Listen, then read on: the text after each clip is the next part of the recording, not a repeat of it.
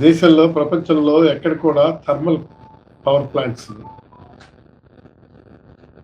మాకొద్దు బాబు అని రిజెక్ట్ చేస్తున్నటువంటి పరిస్థితులు ఎక్కడో వదిలేసి తెచ్చి ఇక్కడ పెట్టాలనుకోవడం చాలా పొరపాటు. సరే పెడతారా లేదని తర్వాత విషయం చూద్దాం. అది అయితే ఈ థర్మల్ పవర్ ప్రాజెక్టు విషయం తెలిసిన వ్యక్తిగా నేను చెప్తున్నాను. ఇది కాకరాపల్లిలో పెట్టే ప్రయత్నం చేశారు, అలాగే సోంపేటలో పెట్టే ప్రయత్నం చేశారు. కానీ అవి చివరకు ప్రజాగ్రహానికి గురై ప్రజల అభిమతానికి వ్యతిరేకంగా చేపడుతున్నటువంటి చెప్పి వాటిని వెంటనే కాకరాపల్లిని చాలా వరకు కన్స్ట్రక్ట్ చేసి స్టాప్ చేశారు విషయం తెలుసు. అలాగే సోంపేట కూడా స్టాప్ చేశారు. అవేంటి చిత్రజ్ఞానాలు. దానికి కారణం ఏంటి? ఈ థర్మల్ పవర్ ప్రాజెక్ట్స్ వస్తే వాయు కాలుష్యం, నీటి కాలుష్యం, మొత్తం అసలు ఇట్లా దీంట్లో మేము అక్కడ తిరుగుతుండేటప్పుడు మేము చూసేవాళ్ళం. ఇట్లా కాలుతో తంటే వచ్చినటువంటి నీరంతా కూడా పొల్యూషన్. జెన్కో ఆధ్వర్యంలో 3200 మెగావాట్ల సామర్థ్యం గల super critical thermal power plant ఏర్పాటు చేయమని చెప్పి చేయడానికి అనుకూలమైనటువంటి ప్రదేశం, అనుకూలమైనటువంటి వాతావరణం, అనుకూలమైనటువంటి వనరులు ఉన్నాయని చెప్పి ముఖ్యమంత్రి గారి దృష్టికి తీసుకుని వెళ్ళి ఈరోజు మన ఆమదాలవలస నియోజకవర్గంలో ఆ పరిశ్రమ తీసుకురావడానికి తీవ్రంగా కృషి చేస్తుంది. అది ఎందుకంటే 3200 మెగావాట్లు నెలకొల్పాలంటే దానికి పెట్టుబడి 30,000 కోట్ల రూపాయలు పెట్టుబడి వస్తుంది. దానిని జెన్కో వారి తాలూకా ఆలోచన ప్రకారం 2 విడతలుగా 3200 మెగావాట్లని 2 విడతలుగా నెలకొల్పాలనేది వాళ్ళ తాలూకా ఆలోచన విధానం. ఎవరు అడ్డుకుంటే మేము తెస్తామంటే ఇది అడ్డుకుంటాం. మంచి ప్రాజెక్టులు తెమ్మనండి. ఖచ్చితంగా మేము చెప్తున్నాం. మా ప్రాణం పోయినా సరే అడ్డుకుంటాం, దీన్ని అడ్డుకొని తీరుతాం. అక్కడెక్కడో పెడితేనే నేనెళ్ళి ప్రాణాలు తెగించి పోరాడానయ్యా. ఇక్కడ 3 అక్కడ 2 తెచ్చినారు, తెలుసా మీకు? అలానే 2వ దశ ఇంకొక 1600 మెగావాట్ల నిర్మాణం చేయబడితే దానికి కూడా ఇంకొక 15,000 కోట్ల రూపాయలు ఖర్చు చేస్తారు. అంటే ఈ నియోజకవర్గానికి 30,000 కోట్ల రూపాయలు ప్రభుత్వ ఆధ్వర్యంలో, ఇదే ప్రైవేట్ వాళ్ళది కాదు. ఇక్కడ అందరూ అర్థం చేసుకోవాల్సింది ప్రభుత్వమే. ప్రభుత్వం ఈరోజు మన ప్రాంతానికి వచ్చి 30,000 కోట్ల రూపాయలు పెట్టుబడులు పెట్టడానికి ముందుకు వచ్చింది. దీన్ని నేను ఆహ్వానిస్తున్నాను. నేను మా గౌరవ ముఖ్యమంత్రి గారికి నేను ధన్యవాదాలు తెలియజేస్తూ ఉన్నాను, చంద్రబాబు నాయుడు గారికి. అలానే మా కూటమి ప్రభుత్వం ఉన్నటువంటి చంద్రబాబు నాయుడు గారు, పవన్ కళ్యాణ్ గారు, అలాగే మా యువ నాయకుడు లోకేష్ బాబు గారికి అందరికీ కూడా నేను ధన్యవాదాలు తెలియజేస్తున్నాను. ఎందుకంటే 30,000 కోట్ల రూపాయలు ఆమదాలవలస నియోజకవర్గానికి వస్తే ఆమదాలవలస నియోజకవర్గం ముఖ చిత్రం మారిపోవడానికి, ప్రజల జీవన ప్రమాణాలు పెరగడానికి ఎంతో దోహదం చేస్తున్నందులో ఎటువంటి సందేహం లేదు. అందుకు ఇది సరైనటువంటి పద్ధతి కాదు. 23 గ్రామాలకు సరిపడా ఇవాళ కొన్ని మీరు తీస్తున్నారు. నీటి సరఫరా ఉందా? నీటి సరఫరా ఉందా? నీటి సరఫరా ఉంటే చెప్పండి. ఎక్కడి నుంచి తెస్తారు నీరు? నీరు ఎక్కడి నుంచి తెస్తారు? ఫ్యాక్టరీ నడవడానికి అటు విడిచిపెట్టారు.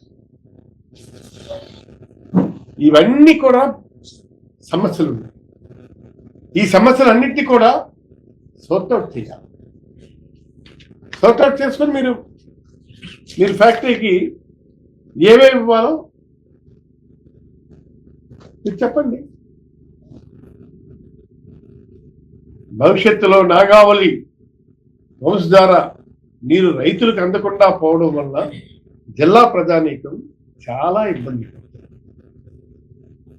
ఇవాళ వంశధార నీళ్లు అందుతున్నాయా రైతులకి, టైలర్కి? ఏమి టైలర్కి అందుతున్నాయా? మరి ఇవాళ ఆ వాటర్ని తీయడానికి మీరు ఎలా చేస్తారు? మేము అంగీకరించాం, మేము ఎట్టి పరిస్థితుల్లోనూ అంగీకరించాం. మేము ఎట్టి పరిస్థితుల్లో కూడా ఈ దీంట్లో మేము దీన్ని స్టాప్ చేస్తాం, అడ్డుకుంటాం, వ్యతిరేకిస్తాం, ప్రతిఘటిస్తాం, ఫ్యాక్టరీని రాకుండా ఆపుదల చేస్తాం. ఈరోజు మనకి దానికి నీళ్లు కావాలి. ఆ పరిశ్రమకి నీళ్లు కావాలంటే ప్రతిరోజు 100 క్యూసెక్లు నీళ్లు కావాలి. ఈరోజు మనం వంశధార నాగావళి అనుసంధానం కాలువ కొత్తగా మనం నిర్మిస్తున్నాం. 70% పనులు ఆ రోజు నేను ఎమ్మెల్యేగా ఉన్నప్పుడే పూర్తి చేస్తే మిగిలిన 30% పనులు కూడా పూర్తి చేయలేదు అసమర్థ ప్రభుత్వం, అవినీతి ప్రభుత్వం, గత జగన్మోహన్ రెడ్డి ప్రభుత్వం. మరలా ఇప్పుడు దాన్ని పూర్తి చేయలేదు. ఈరోజు ఆ కాలువ ద్వారా ఆ ఫ్యాక్టరీకి రోజుకి 100 క్యూసెక్లు, ఆ ఫ్యాక్టరీ ఆ కాలువలో 600 క్యూసెక్లు నీళ్లు సామర్థ్యం ప్రతిరోజు 600 క్యూసెక్లు నీళ్ళు. అక్కడ ఉన్న వంశధార రిజర్వాయర్లో 19 టీఎంసీల నీళ్ల సామర్థ్యం, ఆ రిజర్వాయర్ నీళ్ళ సామర్థ్యం 19 టీఎంసీ నీళ్ల సామర్థ్యం ఉన్న దగ్గర ఈ వంశధార నాగావళి అనుసంధానం కాలువలో వచ్చేటటువంటి 600 క్యూసెక్లు ఉంటే దానిపైన ఉన్నటువంటి ఆయకట్టు కేవలం ఈ రోజుకి 5,000 ఎకరాలు మాత్రం. దాని మీద నేను డిస్ట్రిబ్యూటరీ కెనాల్ ప్రపోజ్ చేశా, లిఫ్టులు ప్రపోజ్ చేశా, ఇవన్నీ కూడా ఇంకొక 5,000 ఎకరాలు. అంటే ఈ 5,000 ఎకరాలకి, ఈ 5,000 10,000 ఎకరాలకి రమారమి 100 క్యూసెక్లు నీళ్ళు కాదు. ఇంకా 500 క్యూసెక్లు నీరు ఉన్నాయి. మనం నారాయణపురం ఆనకట్టు కింద ఉన్నటువంటి భూములకి స్టెబిలైజేషన్ కోసం పెట్టాం, కానీ నారాయణపురం కింద ఎప్పుడు కూడా రైతాంగానికి నీళ్ళు అందిస్తున్నాం. అక్కడ నీళ్ళు ఉన్నాయి ఈరోజు ఆ కాలంలో. అందుకని ఆ పరిశ్రమ పెట్టుకోవడానికి అది ఒక అనుకూలమైనటువంటి అంశం. ఎందుకంటే ఈ పరిశ్రమ రావడం వలన మొదటి దశలోనే సుమారు 10-15 వేల మందికి ఉద్యోగ ఉపాధి అవకాశాలు లభిస్తాయి. ఉద్యోగాలు వస్తాయి, ఉపాధి వస్తాయి. ఈరోజు ఇదే ప్రభుత్వ రంగ సంస్థలో ఈ రాష్ట్రంలో 3 ప్రదేశాల్లో ఈ థర్మల్ పవర్ ప్లాంట్స్ ఉన్నాయి. ఒకటి కడప జిల్లాలో, అలానే నెల్లూరు జిల్లాలో, మూడవది విజయవాడ పక్కన ఉన్న ఎబ్రేపట్నంలో. కానీ విజయవాడ నుంచి మన ఇచ్చాపురం వరకు ఒక్క పరిశ్రమ కూడా లేదు. కానీ మన ప్రాంతం నుంచి కొన్ని వేలాది మంది ఈ పరిశ్రమల్లో పనిచేస్తూ ఉన్నారు. కడప పరిశ్రమలో పనిచేస్తున్నారు, నెల్లూరు పరిశ్రమలో పనిచేస్తున్నారు, అలానే విజయవాడ ఇబ్రహీంపట్నం పరిశ్రమలో పనిచేస్తున్నారు.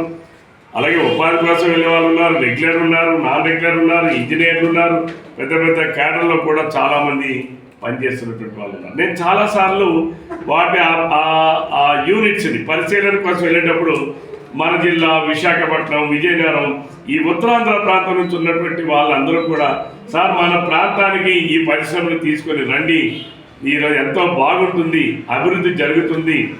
ఈ థర్మల్ పవర్ ప్లాంట్ వస్తే ఇమ్మీడియట్గా మనకి అక్కడనే సిమెంట్ పరిశ్రమలు కూడా వస్తాయి, ఇంకా పారిశ్రామిక అభివృద్ధి జరుగుతుంది, అనేక పరిశ్రమలు వస్తాయి.